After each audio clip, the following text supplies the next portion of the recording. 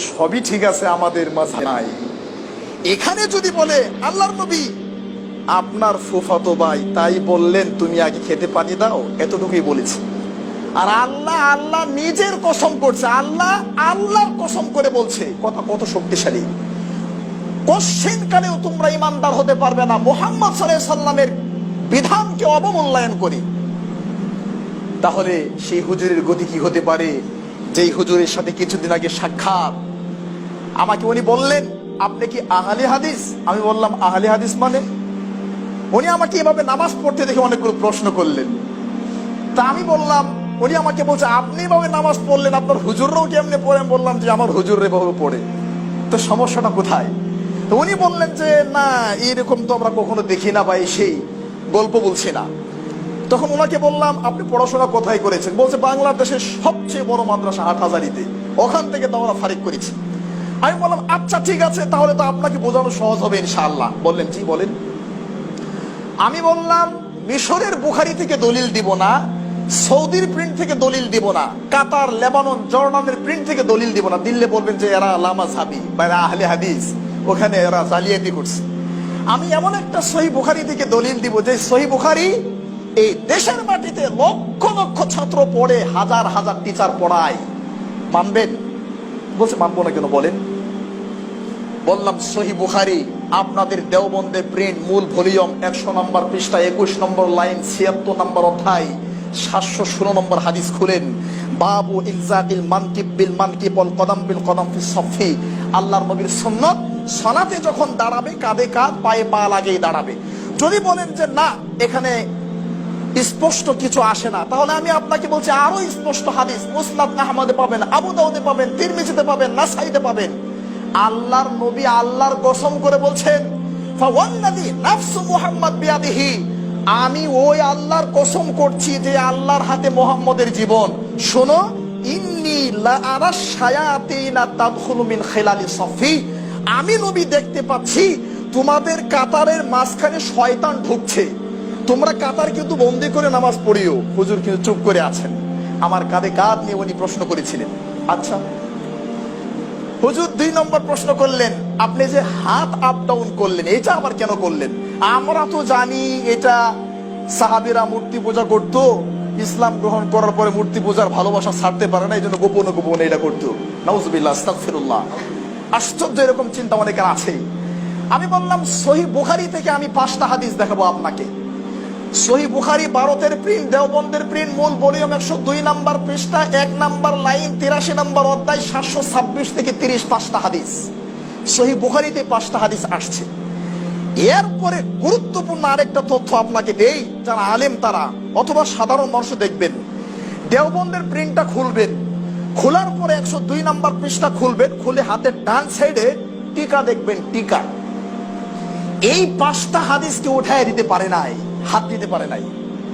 ওই টিকার মধ্যে তারা, আমি বললাম 18 জন বড় বড় স্কলারের নাম লিখছে। সেখানে ইমাম বুখারী, তার উস্তাদ আহমদ বিন হাম্বল, ইমাম শাফি সহকারে অনেকে আছেন যারা রফুল ইয়াদাইনের পক্ষে। এরপরে তারাই তাদের বুখারীর টিকাতে লিখছে, আপনারা কষ্ট পাচ্ছেন? এগুলো কি বিতর্কিত হয়ে যাচ্ছে? রুবিয়ার রফউ নাইফ ও সালাসুম মিনাস সাহাবা, যে রফুল ইয়াদাইনের হাদিসটি আল্লাহর নবীর 30 জনের অধিক সাহাবী থেকে বর্ণিত হয়েছে। লাকিন ইনদা আবি হানিফা ওয়া আসহাবিহি লা ইয়ারফাউ ইয়াদাইহি ইল্লা ফি তাকবীরাতিল উলা, কিন্তু ইমাম আবু হানিফা এবং তার শাগিরদরা একবারের বেশি করে না, তাই আমরা করতে পারছি না, দুঃখিত। কি বুঝলেন? 5টা হাদিস এখনো জ্বলন্ত জীবিত আছে সহিহ বুখারীতে। 5টা হাদিসের উপর কলম ধরে তারা বলছেন যে না এটা ঠিক আছে, কিন্তু আমাদের এখানে ইমাম আবু হানিফা রাহিমাহুল্লাহর মাযহাবে নেই, তাই আমরা এটা করতে পারছি না। আই এম সরি, নাউজুবিল্লাহ, আস্তাগফিরুল্লাহ। চলেন এভাবে হাত ধরা, বললাম এভাবে হাত ধরার হাদিস সহিহ বুখারী আপনাদের দেওবন্দের প্রিন্ট, মূল ভলিউম 102 নম্বর পৃষ্ঠা, 19 নম্বর লাইন, 87 নম্বর অধ্যায়, 731 নম্বর হাদিস খুলেন। এরপরে যদি বলেন যে সরাসরি বুকের উপর, সহিহ বুখারীতে আসছে এটা, বুকের উপরও না, নাভির নিচেও না, এভাবে সরাসরি বুকের উপর হাদিস যদি পেতে চান প্রিয় ভাই, তাহলে আবু দাউদ দেওবন্দের প্রিন্ট, মূল ভলিউম 110 নম্বর পৃষ্ঠা, 3 নম্বর লাইন খুলেন, 759 নম্বর হাদিস।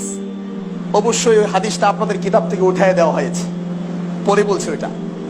বুকে হাত ধরার হাদিসের কথা বললাম, রফুল এদের কথা বললাম, কাঁধে কাঁধ পায়ে পা লাগানোর কথা বললাম, জোরে আমিন বলার কথা বললাম। যে শুনেন, সহিহ বুখারী দেওবন্দের প্রিন্ট মূল ভলিউম 108 নম্বর পৃষ্ঠা 6 নম্বর লাইন 113 নম্বর অধ্যায় 774 নম্বর হাদিস। এবার হুজুর বলছে সবই তো ঠিক আছে, কিন্তু আমাদের মাযহাবে যে নাই। আল্লাহর সাক্ষী রেখে আল্লাহর নামে কসম করে বলছি, হুজুর আমরা এই কথাই বলছি, সবই তো ঠিক আছে কিন্তু আমাদের মাযহাবে যে নাই। তাহলে আমি তখন সূরা নিসার 65 নম্বর আয়াত স্মরণ করলাম যে ওই ব্যক্তি শুধু বলল আল্লাহর নবী আপনার ফুফাতো ভাই, তাতে কি আপনি তাকে অগ্রাধিকার দিলেন? আর এই কথাতে যদি এই আয়াত নাজিল হয়, আল্লাহ নিজের নামের কসম করে বলছে তারা ইমানদার হতে পারবে না, তাহলে এই মৌলবী ইমানদার হয় কি করে? যে মৌলবী বলে সবই ঠিক আছে কিন্তু আমাদের মাযহাবে নাই। নাউজুবিল্লাহ, আস্তাগফিরুল্লাহ। এরপরে চমৎকার আরেকটি তথ্য আমি আপনাদেরকে দিতে চাই, সেটা ভালো করে শুনুন। কিছুদিন আগে আমি বাংলা বাজার গেলাম কিতাব কেনার জন্য। আমার মনে খুব কষ্ট লাগে, আমাদের সহিহ আকীদার মসজিদগুলো ভেঙে দেওয়া হয়, মাদ্রাসাগুলোকে আঘাত করা হয়, আর বলা হয় যে নামাজ হবে বাহাস থেকে পালিয়ে থাকে, তারা বাহাস করে না, বাহাস বাহাস এই সেই বলে। তো এতদিন আমি এই বিষয়টা খুব গভীরভাবে চিন্তা করছি, আর এখন আমি আল্লাহর জন্য নিজেকে কন্ট্রোল করতে পারি না, আল্লাহর জন্যই আমি একটু অন্যভাবে চলার চেষ্টা করছি। আমি আজ থেকে আরো কয়েক মাস আগে বলছি, বাংলাদেশের ভূখণ্ডে সহিহ আকীদার কোন মসজিদ মাদ্রাসা যদি বিতর্কিত কোন আমল, সালাতে রফুল ইয়াদাইন করা, বুকে হাত দেওয়া, কাঁধে কাঁধ লাগানো ইত্যাদি, নামাজের পরে দোয়া, এই সমস্ত কারণে যদি বাংলাদেশের ভূখণ্ডে কোনো ভাই সহিহ আকীদার মসজিদকে ভাঙতে চান, আঘাত করতে চান, তাহলে সহিহ আকীদার যত আলেম আছে তারা যদি বসে আলহামদুলিল্লাহ বসবে, কেউ যদি না বসে ইনশাআল্লাহ আমি একজন ক্ষুদ্র নগণ্য মানুষ, আমি আপনার সাথে বসতে রাজি আছি, মৃত্যু পর্যন্ত আমি বসবো আপনার সাথে ইনশাআল্লাহ। এই মর্মে আমি কিছু কিতাব কিনতে গেলাম, বাংলা বাজার গিয়ে আবু দাউদ খুললাম। আবু দাউদ খুলে দেখি নাবির নিচে হাত ধরার হাদিসও নাই, বুকের উপরটা নাই, 5টা হাদিস, 4টা হাদিস আবু দাউদ থেকে সরে গেছে। তো হুজুরে বললাম ব্যাপারটা কি? আমি তো আবু দাউদ কিনবো না, না এটা কিনতে হবে, কষ্ট করে বের করে দিয়েছে আপনাকে। আমি বললাম 4টা হাদিস কোথায় গেল? বাংলাদেশে কোনো পাগলও গোনে না 755 পরে 760 হয়, 755 পরে 56 হবে, 57 হবে, 58, 59 হবে, 4টা হাদিস কোথায় গেল? তো উনি বললেন যে আচ্ছা দাঁড়ান আমাদের শাইখুল হাদিস সাহেবকে ডাকি, দেখি উনি কি বলেন। আমি তো শুধু বই বিক্রি করে এত কিছু জানি না। আচ্ছা ঠিক আছে ডাকেন। শাইখুল হাদিসকে দেখানো হলো। শাইখুল হাদিস আমাকে বলছে যে উম্মতের কোন কল্যাণে 4টা হাদিসকে হয়তো উঠায় দেওয়া হয়েছে। আমি এত আশ্চর্য হলাম, তাহলে কি বিশ্বনবী মুহাম্মদ সাল্লাল্লাহু আলাইহি সাল্লাম উম্মতের অকল্যাণের জন্য আসছিলেন? বিশ্বনবী মুহাম্মদ সাল্লাল্লাহু আলাইহি সাল্লামকে ফিতনা সৃষ্টি করার জন্য আসছিলেন? অসম্ভব। বিশ্বনবী মুহাম্মদ সাল্লাল্লাহু আলাইহি সাল্লাম উম্মতের অকল্যাণে আসে নাই। বিশ্বনবী মুহাম্মদ সাল্লাল্লাহু আলাইহি সাল্লামকে মাথা থেকে পা পর্যন্ত, বাড়ি থেকে গাড়ি পর্যন্ত, বাড়ি থেকে কবর পর্যন্ত, একবার জন্ম থেকে মৃত্যু পর্যন্ত মুহাম্মদ সাল্লাল্লাহু আলাইহি সাল্লামকে মানতে হবে। একটা বিধান আপনার জন্য অকল্যাণ করলে আপনি বলেন কি? আপনি বললেন যে উম্মতের কল্যাণে উঠিয়ে দেওয়া হয়েছে। আশ্চর্য, নাউজুবিল্লাহ, আস্তাগফিরুল্লাহ। আমি আবু দাউদটা কিনলাম না, আরেক দোকানে গিয়ে বললাম মিশরের প্রিন্ট দেন আমাকে, মিশরের প্রিন্ট। বললো কিনতে হবে। আমি বললাম কিনবো ইনশাল্লাহ, দেন একটা কপি দেন আমাকে, শেখার জন্য দেন। না কিনলাম, দেন। উনি আমাকে একটা কপি বের করে দিলেন। আলহামদুলিল্লাহ, মিশরের প্রিন্টে 756 নম্বর হাদিস, নাবির নিচে হাত ধরার হাদিস আবু দাউদ নিজে এনে নিজেই লিখে দিয়েছেন যে হাদা হাদিসুন দাঈফুন, হাদিসটা দুর্বল। আর 759 নম্বর হাদিস, বুকের উপর হাত ধরে আল্লাহ নবী নামাজ পড়েছেন, এই হাদিসটা এনে তিনি নিচে রেখেছেন হাদা হাদিসুন সহিহুন, হাদিসটা সহিহ। তো যেহেতু লেখক নিজেই এই কাজ করেছে, এই তথ্য যেন জাতির কাছে প্রকাশ পেয়ে যায় না জানি কখন, এজন্য 4টা হাদিসকে উঠায় দেওয়া হয়েছে বলা হচ্ছে উম্মতের কল্যাণে। মানে 1000 বছরের ঐতিহ্য নষ্ট হয়ে যাবে। তাদের কাছে ঐতিহ্যটাই বড় মনে হলো, আল্লাহর নবী মুহাম্মদ সাল্লাল্লাহু আলাইহি সাল্লামের সুন্নাহকে বড় মনে হলো না। আশ্চর্য, আমি হতভম্ব হই। ইমাম আবু হানিফা রাহিমাহুল্লাহর একটা বক্তব্য 1000 কোটি টাকা দিয়ে কিনে নিতে পারবেন না। ইবনে আবিদিন হাসিয়া 1 নম্বর খণ্ড 63 নম্বর পৃষ্ঠা খুলেন, আল ফুল্লান ফিল ইকাস 50 নম্বর পৃষ্ঠা খুলেন, বাহারুর রায় 6 নম্বর খণ্ড 293 নম্বর পৃষ্ঠা খুলেন, আত-তাকলিদ হুকমু ফি জিল কিতাব ওয়াস সুন্নাহ 20 নম্বর পৃষ্ঠা খুলেন, তারিখে বাগদাদ 15 নম্বর খণ্ড 544 নম্বর পৃষ্ঠা খুলেন, আল মাজমু আন-নাবাবী 1 নম্বর খণ্ড 63 নম্বর পৃষ্ঠা খুলেন। ইবনে আব্দুল বার ফিল জামে ইবনে আবি হাতিম 93 নম্বর পৃষ্ঠা খুলেন। ইবনে আব্দুল বার ফিল জামে 2 নম্বর খণ্ড 32 নম্বর পৃষ্ঠা খুলেন। আল মানাকিব 182 নম্বর পৃষ্ঠা খুলেন। ওয়াল্লাহি আল্লাহর কসম, একজন ইমাম ওই কথা বলে যায়নি যে আমাদের কথার বিরুদ্ধে যদি আল্লাহর নবীর কথা চলে যায় তাহলে আমাদেরটা মানিও, রাসূলেরটা মানিও না, এই কথা বলে নাই। বরং প্রত্যেকটা ইমামের বক্তব্য ছিল আমাদের কথার কোনো দাম নেই, আমাদের কথা তখন দাম হবে যখন আমাদের কথা মুহাম্মদ সাল্লাল্লাহু আলাইহি সাল্লামের কথার সাথে মিলবে, আর না হয় আমাদের কথা 5 পয়সা দাম নেই। কিন্তু আজকে মুহাম্মদ সাল্লাল্লাহু আলাইহি সাল্লামের কথাকে বলছে উম্মতের কল্যাণের জন্য উঠিয়ে দেওয়া হচ্ছে, আর বলা হচ্ছে যেটা আমাদের মাযহাবে নেই। প্রিয় ভাইয়েরা, কাউকে কষ্ট দেওয়ার জন্য নয়, আমি চাচ্ছি, এতটুকু বলতে চাচ্ছি যে আপনারা অন্যকে গালিগালাজ করার আগে অন্তত পক্ষে গালিগালাজটা বন্ধ করুন। অন্যের ঘর, আল্লাহর ঘর ভাঙ্গার আগে অন্তত পক্ষে আপনার হাতকে রুদ্ধ করুন। আল্লাহর ঘরে মানুষকে যেতে বাধা দেওয়ার আগে অন্তত পক্ষে আপনি নিজের ঈমানকে ঠিক করুন। কেন আপনি আল্লাহর ঘরে বাধা দেন? আপনি কি সেই আয়াতটি পড়েন নাই?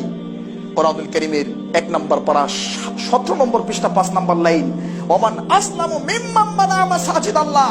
ওই ব্যক্তির চেয়ে জালেম আর কেউ হতে পারে যে ব্যক্তি আল্লাহর ঘরে আল্লাহর বান্দাদেরকে বাধা দেয়। আয়াতের তাফসীর খুলেন, ইবনে কাসির খণ্ড 1 মূল ভলিউম খুলেন। ইমাম ইবনে কাসির রাহিমাহুল্লাহ 3টা ব্যাখ্যা দিয়েছেন। তার 1 নম্বর ব্যাখ্যা হলো আল্লাহর ঘরে আল্লাহর বান্দাদেরকে আসতে বাধা দিয়েছিল মক্কার মুশরিকরা। 6ষ্ঠ হিজরিতে বিশ্বনবী মুহাম্মদ সাল্লাল্লাহু আলাইহি সাল্লাম যখন উমরা করার জন্য আসছিলেন, আর প্রতিমধ্যে রাস্তা থেকে মুহাম্মদ সাল্লাল্লাহু আলাইহি সাল্লাম এবং সাহাবীদেরকে কারা সরিয়ে দিয়েছিল? মক্কার কাফের মুশরিকরা সরিয়ে দিয়েছিল। তাহলে আল্লাহর ঘরে বাধা দেওয়ার নীতি তো মক্কার কাফের মুশরিকদের, এটা মুসলমানদের হলো কি করে? আজও পর্যন্ত আল্লাহর ঘর বাইতুল মাকদিস, ইসরায়েলের বাইতুল মাকদিস, সেটা কারা সেখানে বাধা দিচ্ছে? ইহুদি এবং খ্রিস্টানরা, তারা সেখানে বাধা দিচ্ছে। তাহলে আল্লাহর ঘরে আল্লাহর বান্দাদেরকে আসতে বাধা দেওয়ার নীতি হলো ইহুদি খ্রিস্টানদের নীতি। এই নীতি মুসলমানদের কাছে ঢুকলো কি করে? আল্লাহু আকবার, আস্তাগফিরুল্লাহ। এই জন্য আমি আশ্চর্য হয়ে মাঝে মধ্যে বলি যে শয়তান বড় খুশি হয়, শয়তান হতভম্ব হয় যে আরে তো আমার শয়তানিকে পরাজিত করেছে। ইহুদি পর্যন্ত মাঝে মধ্যে হতভম্ব হয় যে মসজিদ ভাঙ্গার নীতি তো আমার, মুসলমান তুমি না, তা আমার দায়িত্ব তুমি করছো, আমি ঘুমাই, ঠিক আছে, করো ভালো কাজ করছো। হিন্দু বলে আরে মসজিদ তো ভাঙবো আমি, তুমি যে আমার দায়িত্ব নিল না, আচ্ছা ঠিক আছে, খুব ভালো কাজ করেছো, তুমি তোমার কাজ চালায় যাও, আমি ঘুমাচ্ছি। বৌদ্ধ বলে মসজিদ ভাঙ্গার নীতি আমার, খ্রিস্টান বলে মসজিদ ভাঙ্গার নীতি আমার, ইহুদি বলে মসজিদ ভাঙ্গার নীতি আমার, খ্রিস্টান বলে মসজিদ ভাঙ্গার নীতি আমার। তো এরা তো সবাই খুশি, আর এদের সবার লিডার ইবলিস তো মহা খুশি যে আরে এরা তো আমার শয়তানিকে পরাজিত করেছে, এরা আল্লাহর ঘর ভাঙ্গে, এরা মুসলমানের গায়ে হাত দেয়। নাউজুবিল্লাহ, আস্তাগফিরুল্লাহ। অথচ এইগুলো সুন্নত মুস্তাহাব নিয়ে মারামারি করার কোনো দরকার নেই। আমি হাজারবার বলেছি, যারা বুকের উপর ধরে তাদের নামাজ হবে, নাবের নিচে ধরলে হবে, আমিন আসতে বললেও হবে, জোরে বললেও হবে, এগুলো সুন্নত বিষয়, মারামারি করবেন না। তবে উত্তম অনুত্তমের প্রশ্ন আছে, নেকি কম বেশির প্রশ্ন আছে, এটা আমরা বলেছি। কিন্তু আমরা কারো মসজিদে আঘাত করতে চাই না, আমরা আল্লাহকে ভয় করি, আমরা মনে করি এটা আল্লাহর ঘর। আমরা মনে করি যারা কালিমা পড়েছে, শিরক করে নাই, তাওহীদকে নষ্ট করে নাই, তারা জান্নাতে যাবেই যাবে, আজ হোক কাল হোক, যাবেই যাবে তারা জান্নাতে। আমরা কোন ভাইকে জাহান্নামী মনে করি না। কিসের হানাফি, কিসের শাফি, কিসের মালিকি, কিসের হাম্বলি, সবাই আমার ভাই, সবাই জান্নাতে যাবে। একটাই ঠিক থাকতে হবে, কালিমা যদি ঠিক থাকে, তাওহীদ যদি ঠিক থাকে, শিরক যদি না করে, জান্নাতে যাবেই যাবে ইনশাআল্লাহ। আর নাবির নিচে বললো, আর উপরে বললো, আস্তে বললো, জোরে বললো, আমিন, এগুলো নিয়ে কোনো কিছু হবে না, নেকির কম বেশি হবে ইনশাআল্লাহ। কিন্তু প্রিয় ভাইরা, আজকে সুন্নত নিয়ে মারামারি করে আমাদের সমাজের মধ্যে এই ফিতনাগুলো, বিপর্যয়গুলো শুরু হচ্ছে। আশ্চর্য। আমি ওনাকে বললাম বুকের উপর হাত ধরার কয়টা হাদিস নেবেন? আপনি বললেন এটা মহিলাদের সালাত। সহিহ বুখারী 102 নম্বর পৃষ্ঠা খোলেন, মুসলিম শরীফের 173 পৃষ্ঠা খোলেন, সহিহ ইবনে খুজাইমার 20 নম্বর পৃষ্ঠা খোলেন, আবু দাউদের 110, 121, 128 নম্বর পৃষ্ঠা খোলেন, তিরমিজির 59 নম্বর পৃষ্ঠা খোলেন, নাসাইর 141 নম্বর পৃষ্ঠা খোলেন, ইবনে মাজার 58, 59 নম্বর পৃষ্ঠা খোলেন, মেশকাতের 75 নম্বর পৃষ্ঠা খোলেন, মুয়াত্তা মালিকের 174 নম্বর পৃষ্ঠা খুলেন, মুয়াত্তা মুহাম্মদের 160 নম্বর পৃষ্ঠা খুলেন, জাদুল মাদের 129 নম্বর পৃষ্ঠা খুলেন, হিদায়াত 101 নম্বর পৃষ্ঠা খুলেন, সহিহ বুখারী, আপনাদের সবচেয়ে বড় আলেম 40 বছর বুখারী পড়িয়েছেন আল্লামা আজিজুল হক রাহিমাহুল্লাহ, অনুবাদ খুলেন 435 নম্বর হাদিস, সহিহ বুখারী। ইসলামী ফাউন্ডেশন আহলে হাদিসদের কোন দখল নেই, এটা বাংলাদেশ সরকারের সম্পদ, সেখানে কোনো স্বজনপ্রীতি চলে না। সহিহ বুখারী ইসলামী ফাউন্ডেশন অনুবাদ 2 নম্বর খণ্ড 702 নম্বর হাদিস খুলেন, সহিহ মুসলিম ইসলামী ফাউন্ডেশন 2 নম্বর খণ্ড 851 নম্বর হাদিস খুলেন। অসংখ্য হাদিস রয়েছে। বুকের উপর হাত ধরার কেন আপনাকে কেউ অনুমতি দিল? বুকের উপর হাত ধরার কারণে আপনি মসজিদ ভেঙে দিচ্ছেন? আল্লাহর ভয় নেই? এটা আল্লাহর নবীর সুন্নাহ মনে হয় না?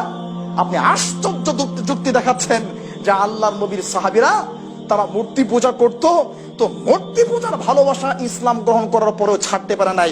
এই কথা বলতে দেরি হবে, আপনাকে কাফের হতে দেরি হবে না।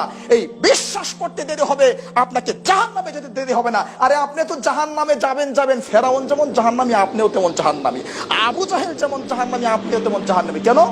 আপনি সাহাবীদের বিষয়ে বলছেন তারা মূর্তি পূজা পছন্দ করে। যেই সাহাবীরা মূর্তির কপালে লাথি মেরে মক্কা থেকে মাতৃভূমি ছেড়ে, মাতা পিতা আত্মীয় স্বজন ছেড়ে, মূর্তিকে লাথি মেরে ভেঙ্গে যারা মক্কা ছেড়ে মদিনায় চলে গেলেন, যারা বাপের সন্তানের বিরুদ্ধে বদরের যুদ্ধে নামলেন এই মূর্তি পূজাকে কেন্দ্র করে, ওই সাহাবীদের বিরুদ্ধে আপনি কি করে বলেন যে এরা আল্লাহর নবীকে ধোঁকা দিয়ে গোপনে গোপনে তারা মূর্তি পূজা করতো? নাউজুবিল্লাহ, আস্তাগফিরুল্লাহ। যে সাহাবীদেরকে জান্নাতের সার্টিফিকেট আল্লাহ দিয়েছেন, কোরআন কারীমের 7 নম্বর পারা 6 নম্বর পৃষ্ঠা 13 নম্বর লাইন, কোরআন কারীমের 11 নম্বর পারা 2 নম্বর পৃষ্ঠা 2 নম্বর লাইন, কোরআন কারীমের 30 নম্বর পারা 19 নম্বর পৃষ্ঠা সূরা বাইয়িনা, অসংখ্য আয়াতে আল্লাহ তাদেরকে জান্নাতের সার্টিফিকেট দিয়েছেন। যে সাহাবীদের বিষয়ে আল্লাহ বলেছেন কোরআন কারীমের 24 নম্বর পারা 20 নম্বর পৃষ্ঠা 3 নম্বর লাইন, ইমালু মা শি'তুম, তোমাদের যা মন চা তা করো, তোমাদের সব ক্ষমা করে দিলাম। যারা বদরের যুদ্ধে অংশগ্রহণ করেছে, আপনি কি করে বলেন যে সাহাবীরা আল্লাহর নবীকে ধোঁকা দিয়ে আল্লাহর নবীর গোপনে বগলের নিচে মূর্তি নিয়ে তারা নামাজ পড়তো? আল্লাহ নবী যখন জানলেন তখন বললেন আগো রফলে দেন করো, তাহলে পড়ে যাবে। আস্তাগফিরুল্লাহ, নাউজুবিল্লাহ। এই ধরনের কথা বলে জাতিকে বোকা বানানো যাবে না। আল্লাহকে ভয় করুন, কোরআন এবং সুন্নাহকে মূল্যায়ন করার চেষ্টা করুন, আপনার জীবন সুন্দর হবে। আল্লাহ আমাদের জীবনকে সুন্দর করার তৌফিক দিক, আল্লাহুম্মা আমিন। প্রিয় ভাইয়েরা, জরুরি আরো দু একটি কথা যেটা আপনাদেরকে না বললেই নয়। সুন্নাহ সম্পর্কে রাসূল সাল্লাল্লাহু আলাইহি ওয়াসাল্লাম যেমন সতর্ক করেছেন, সুন্নতের বিরুদ্ধেই অবস্থান করছে বেদাত। যে বেদাত হলো আজকে আমাদের জন্য সবচাইতে বড় হুমকির কারণ। আজকে এই বেদাত সম্পর্কে কথা বলার কারণে, বেদাত সম্পর্কে, শিরক সম্পর্কে কথা বলার কারণে আজকে আমাদেরকে স্টেজে পর্যন্ত উঠতে দেওয়া হচ্ছে না। গত কিছুদিন আগে একটা প্রোগ্রাম প্রধান বক্তা করে লাল গোলাপের শুভেচ্ছা দিয়ে যে মানুষগুলো আমাকে বরণ করলো, শুধু মাগরিবের নামাজে রফল আদায় করেছে, এজন্য আমাকে স্টেজে উঠতে দেয় নাই, বলছে এটা আহলে হাদিস।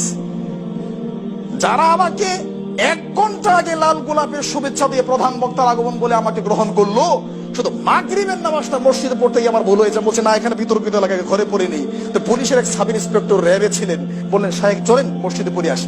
মসজিদে পড়তে গেছে আর ভেজাল শুরু হয়েছে। আমাকে দেখছে বুকের উপর হাত ধরেছি, সন্ধ্যা 7টা থেকে রাত 10টা পর্যন্ত দফায় দফায় মিটিং করে বলছে না এরা আহলে হাদিস, এরা হাদিস মানে, এদেরকে স্টেজে উঠতে দেওয়া যাবে না। আমি সভাপতি সাহেবকে বললাম মাত্র 5টা মিনিটের জন্য উঠতে দেন, দেখেন আমি কি বলি। আল্লাহর সাক্ষী রেখে বলছি কোনো ফিতনা হবে না। বলছে না না না, আপনি যদি স্টেজে উঠেন আগামীকাল আমার বাড়িঘর ভেঙে দেওয়া হবে। নাউজুবিল্লাহ, আস্তাগফিরুল্লাহ। এই জন্য আমি বলি প্রিয় দিনী ভাইয়েরা, এই কথাগুলো বলতে গেলে কষ্ট লাগে, শরীরে আঘাত লাগে। এই জন্য আমি বলি এই নোংরা পরিবেশ, নাজুক পরিবেশের জন্য বাংলাদেশের রিক্সা চালক, ভ্যান চালক, কুলি মজুররা দায়ী নয়, সাধারণ মানুষ দায়ী নয়। এই নাজুক পরিস্থিতির জন্য আমার মতো 3 নম্বর শ্রেণীর আলেম যারা বিদ্যা শিখে, বিদ্যাকে মূল্যায়ন করে না, যারা কোরআন হাদিস জানে মানুষের কাছে প্রচার করে না, এই ধরনের আলেমরাই দায়ী। কারণ সাধারণ মানুষ এগুলো জানে না, বোঝে না। কেন আপনি বলছেন না যে না এই হাদিসগুলো সহিহ, আহলে হাদিসরা যেটা করছে ঠিক আছে, তোমরা তোমাদেরটা করো, কোনো সমস্যা না? কেন বলছেন না? আপনি কি জানেন না তিরমিজির 2229 নম্বর হাদিস, আল্লাহর নবী মুহাম্মদ সাল্লাল্লাহু আলাইহি ওয়াসাল্লাম বলছেন 3 শ্রেণীর মানুষ দিয়ে জাহান্নাম উদ্বোধন হবে, তার মধ্যে আমাকে দিয়ে জাহান্নাম উদ্বোধন করা হবে, আমার মতো হুজুর দিয়ে। আপনার মতো হুজুর দিয়ে জাহান্নাম উদ্বোধন হবে। আপনার মতো হুজুর জাহান্নামে যাবেন।